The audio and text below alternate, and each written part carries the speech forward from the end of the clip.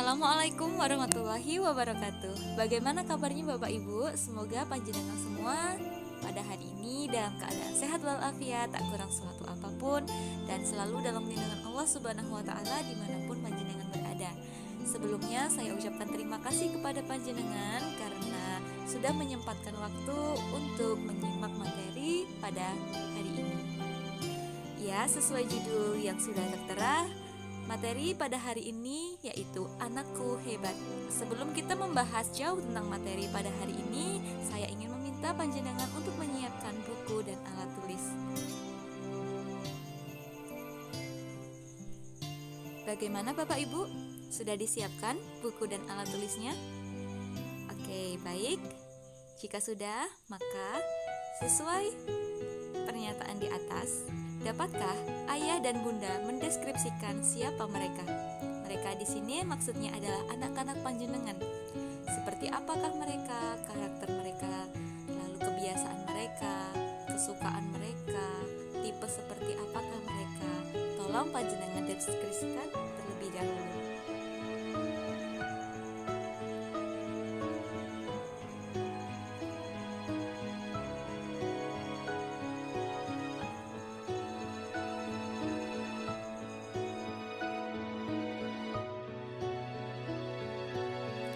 Baik Bapak Ibu, apabila panjenengan sudah selesai mendeskripsikan tentang seperti apa anak-anak panjenengan, selanjutnya kita memasuki materi yang pertama mengenai 4 tipe kepribadian anak. Yang pertama, sanguinis. Sanguinis artinya anak yang hidup, optimis, ringan dan riang. Memiliki ciri senang berbicara, banyak ide, mudah mencairkan suasana, tanggap dan kekinian, mudah menyampaikan perasaan. Anak dengan tipe ini perlu diajarkan untuk berpikir sebelum berbicara. Mereka juga cenderung moody atau mudah berubah suasana hatinya. Nah, biasanya anak seperti ini kalau ada masalah kecil suka dibesar-besarkan. Dalam mendampingi belajar, orang tua bisa membuat poin-poin pembicaraan agar pembicaraan lebih terstruktur. Yang kedua, ada tipe koleris.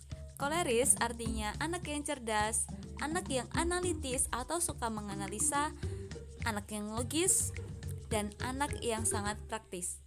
Memiliki ciri, dia berani berbicara dan mengungkapkan diri, dominan, kaku, praktis, dan efisien. Namun mereka juga gampang marah dan mudah tersinggung. Nah, apakah anak ayah dan bunda ada yang termasuk dalam tipe yang koleris? Tipe yang ketiga yaitu melankolis. Anak yang melankolis biasanya juga termasuk anak yang analitis, anak yang bijak dan tenang. Memiliki ciri yang detail, analitis, berhati-hati, berpikir logis, dan objektif. Biasanya mereka senang melihat data dan mereka adalah tipe observer atau suka mengobservasi yang baik. Perlu diajari agar bisa menjelaskan inti pembicaraan dengan sederhana, hindari pengulangan dan rinci, berani mengungkapkan opini. Nah, apakah anak-anak panjenengan ada yang seperti ini? Lalu yang terakhir atau yang keempat ada tipe phlegmatis. Artinya anak yang santai dan cinta damai, memiliki ciri tenang, pandangan yang baik, konsisten, rendah hati, dan menghindari konflik. Namun mereka juga cuek pada orang-orang sekitar dan sering menunda-nunda pekerjaan. Nah, petugas ayah dan bunda perlu mengajari agar anak lebih berani berbicara dan mengekspresikan dirinya. Baik ayah bunda, kita memasuki materi yang kedua, yaitu kepribadian seorang individu dilihat dari kacamata psikologi. Ada 3 macam atau 3 tipe kepribadian menurut pandangan psikologi. Yang pertama introvert, yang kedua extrovert, dan yang ketiga adalah ada di antaranya, yaitu ambivert. Nah, apakah ayah bunda sudah ada yang pernah mendengar kata-kata ini? Mungkin bagi beberapa bapak ataupun ibu pasti sudah tidak asing dengan kata-kata ini. Yang pertama perlu kita bahas yaitu introvert.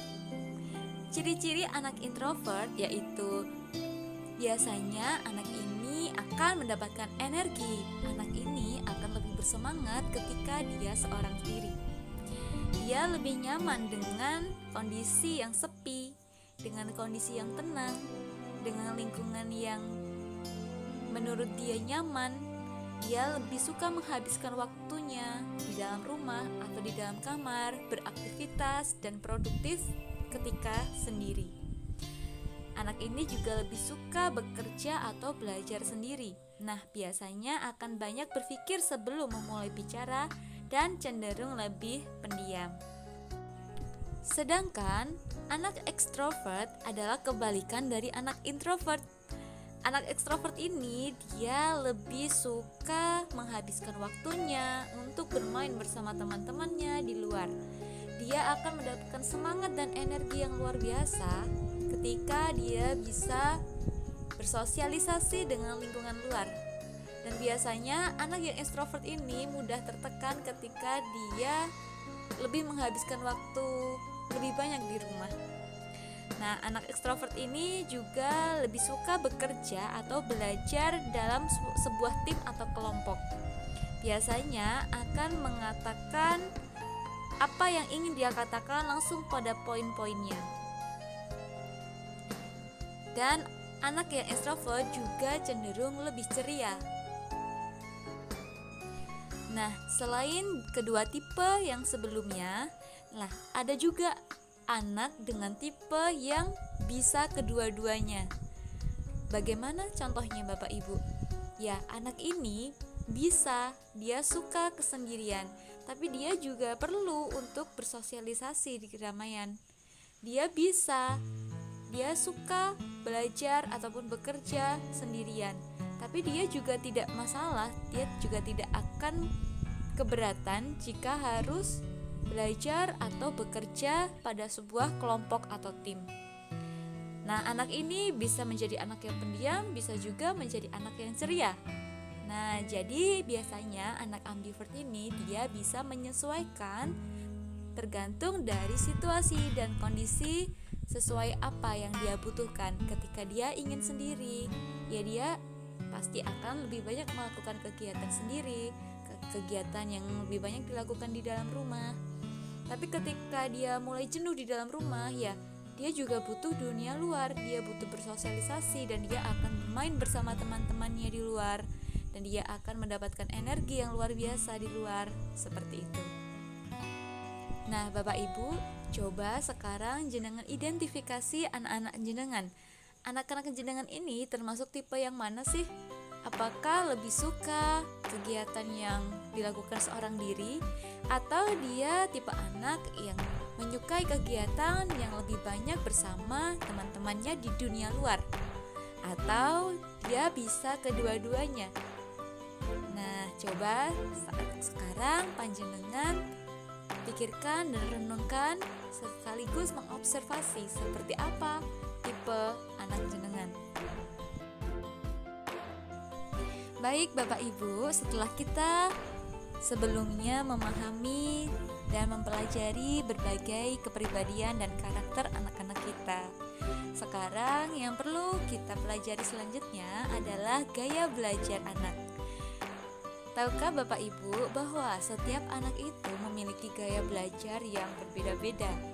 Nah, tapi pada dasarnya ada 3 macam gaya belajar anak yang perlu kita ketahui untuk menentukan seberapa berhasilkah materi pembelajaran yang anak itu bisa dapatkan dan bisa dipahami. Gaya belajar yang pertama yaitu melalui visual. Nah, biasanya anak-anak dengan gaya belajar visual adalah tipe yang mudah menerima informasi ataupun materi melalui apa yang dia lihat. Contohnya, anak akan mudah menirukan apa yang dilakukan oleh orang lain. Ketika misalkan ibunya sedang memasak, tidak lama anak itu juga akan menirukan ibunya yang sedang memasak.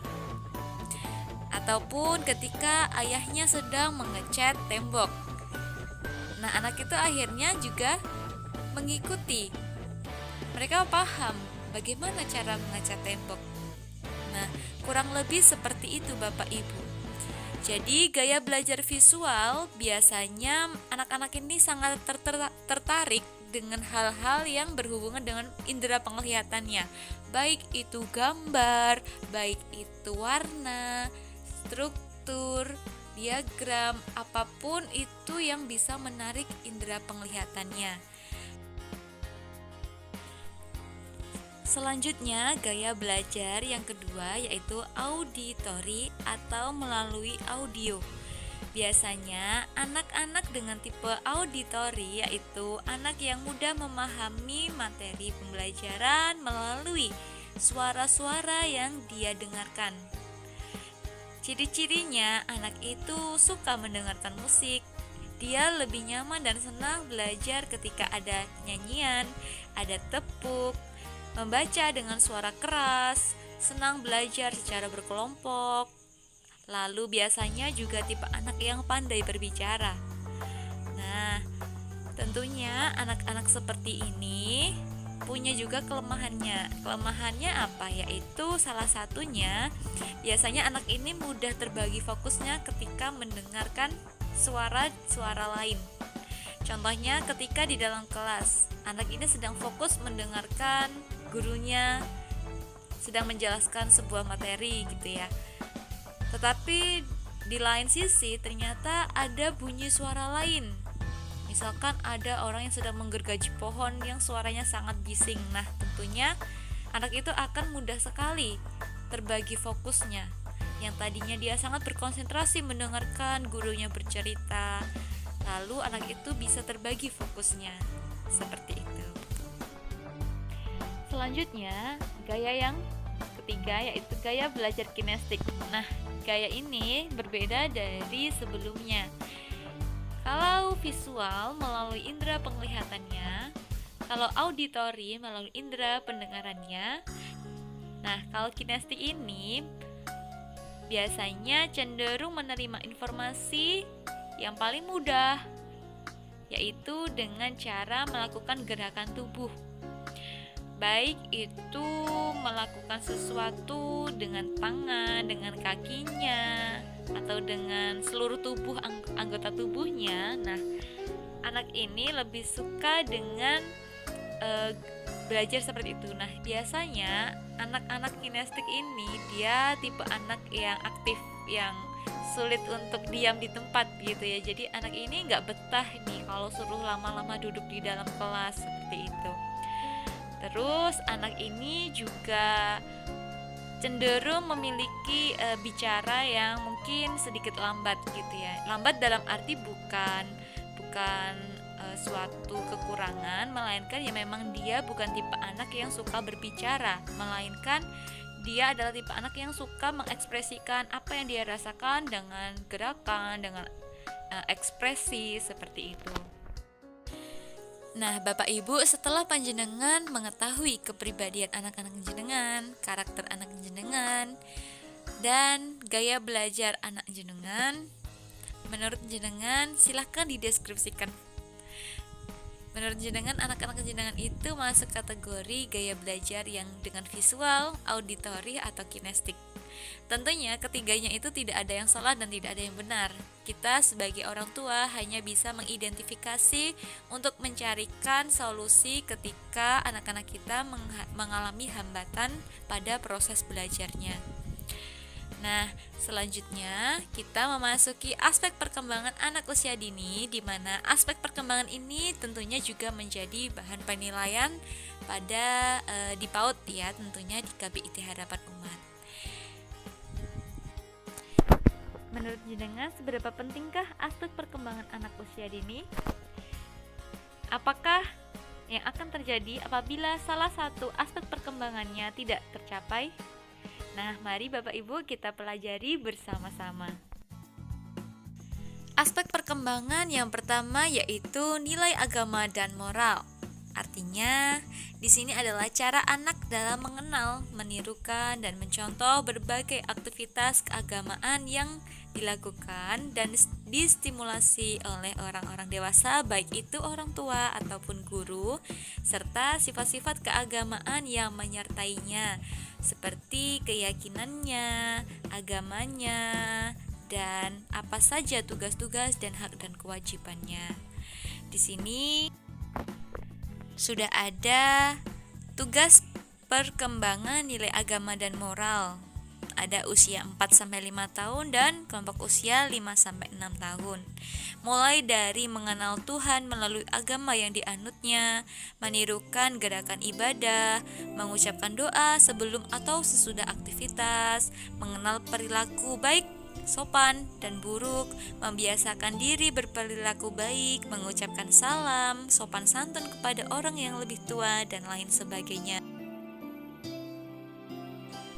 Lalu perkembangan yang kedua yaitu perkembangan fisik motorik. Nah, ini berkaitan dengan keterampilan motorik atau otot-otot yang ada di tubuh anak-anak kita.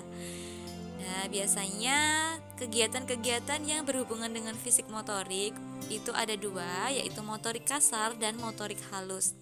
Di sini sudah ada tugas perkembangan dari fisik motorik kasar, mulai dari menirukan gerakan binatang, hewan, manusia, benda, lalu melakukan gerakan menggantung, berlari, meloncat, melompat, dan gerakan-gerakan olah tubuh yang lainnya yang berhubungan dengan kegiatan fisik untuk menguatkan otot-otot yang ada di tubuh anak tersebut.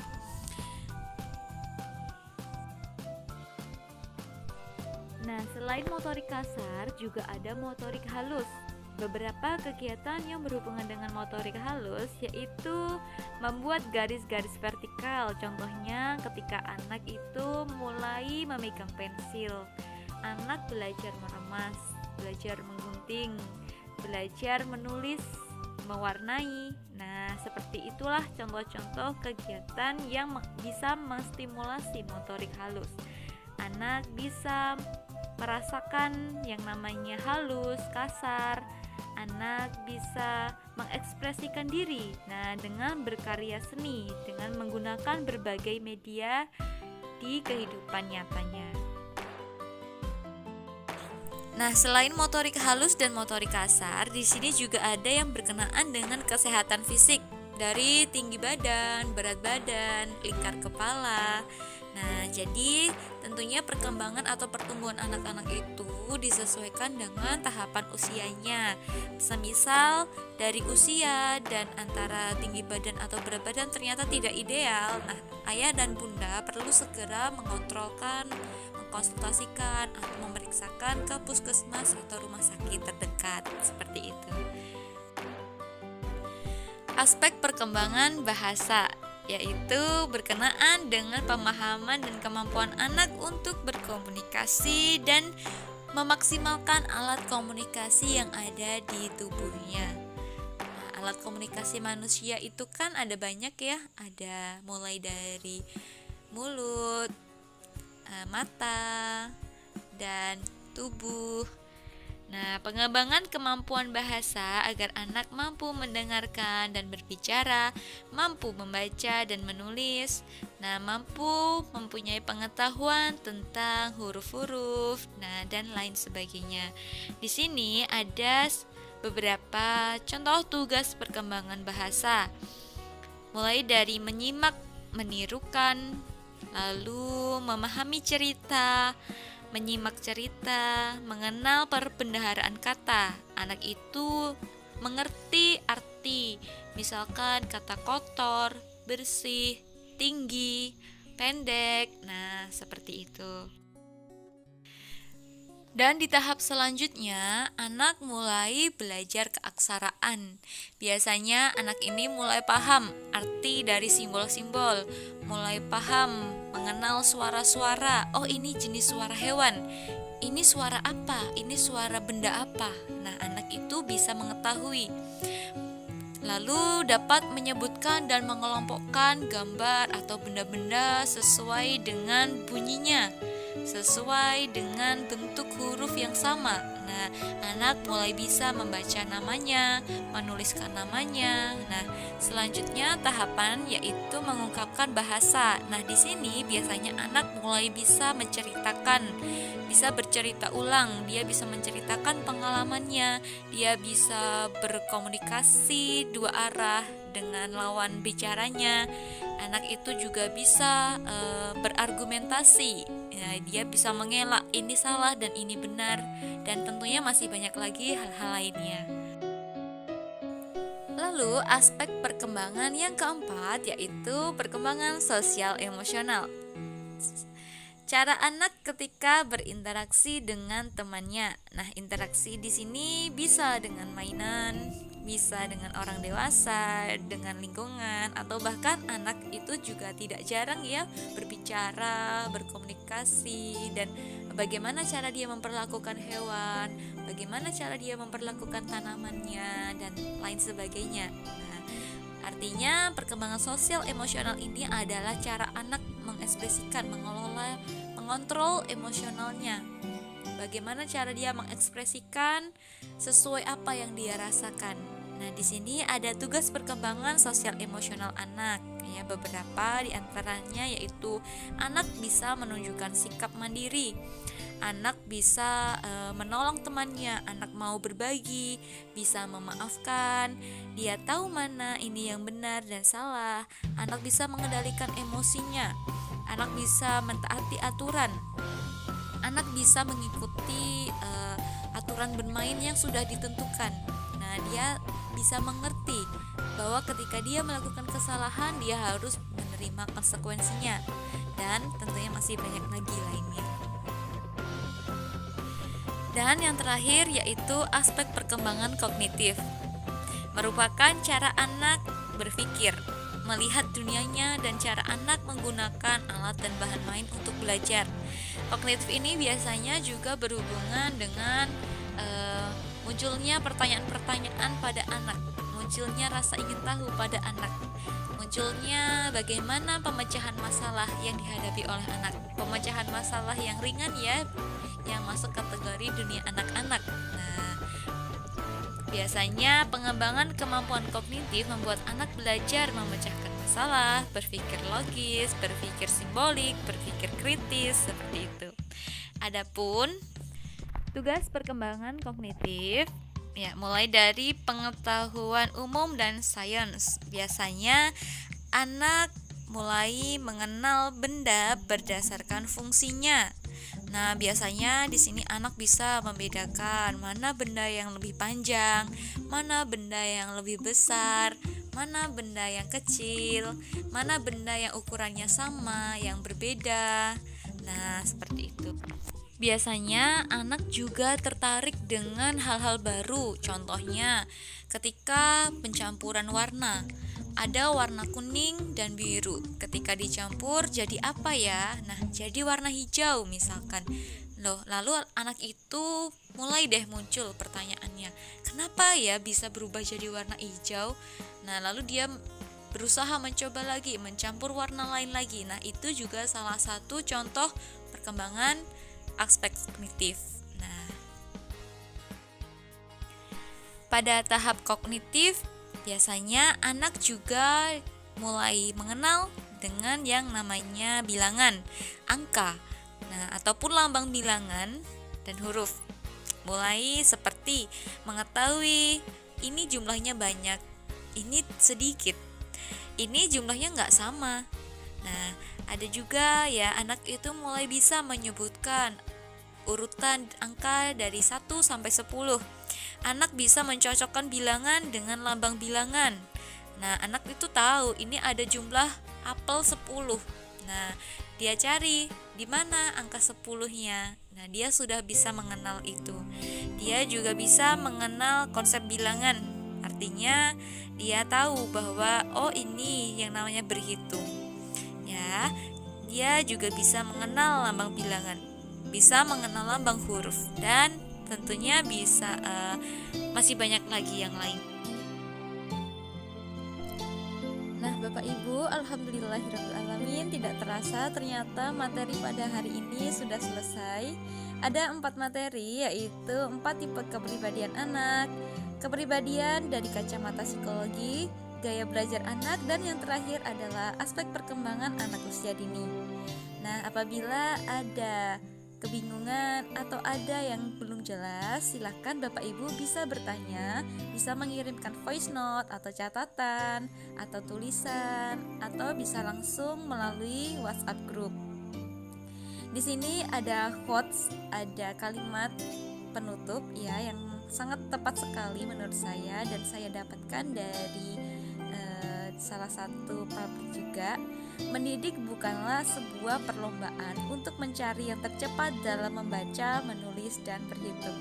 Artinya, kita ini mendidik bukan hanya sekedar mengajar ya. Jadi kita perlu mengetahui bagaimana karakter anak kita, bagaimana gaya belajarnya, apa yang dia suka, apa yang bikin dia tidak mood, kapan anak itu mood belajar, dan lain sebagainya.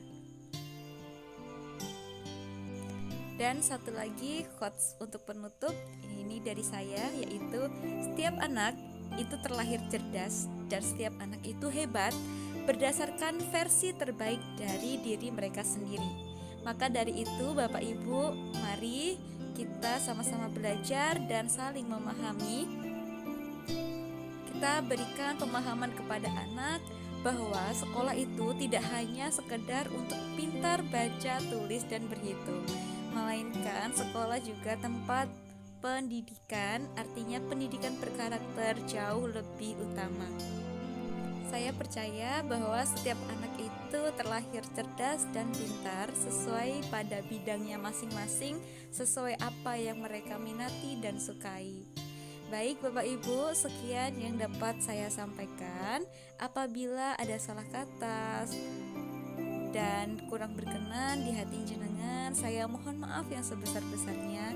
Semoga materi pada hari ini dapat diterima dengan baik dan dapat bermanfaat untuk kita sama-sama belajar memahami anak-anak kita semua. Tentunya kami sebagai guru tidak bisa berjalan sendirian. Kami juga butuh jenengan sebagai seorang guru yang ada di rumah. Sekian dari saya. Billahi taufiq wal hidayah. Wassalamualaikum warahmatullahi wabarakatuh. Salam semangat.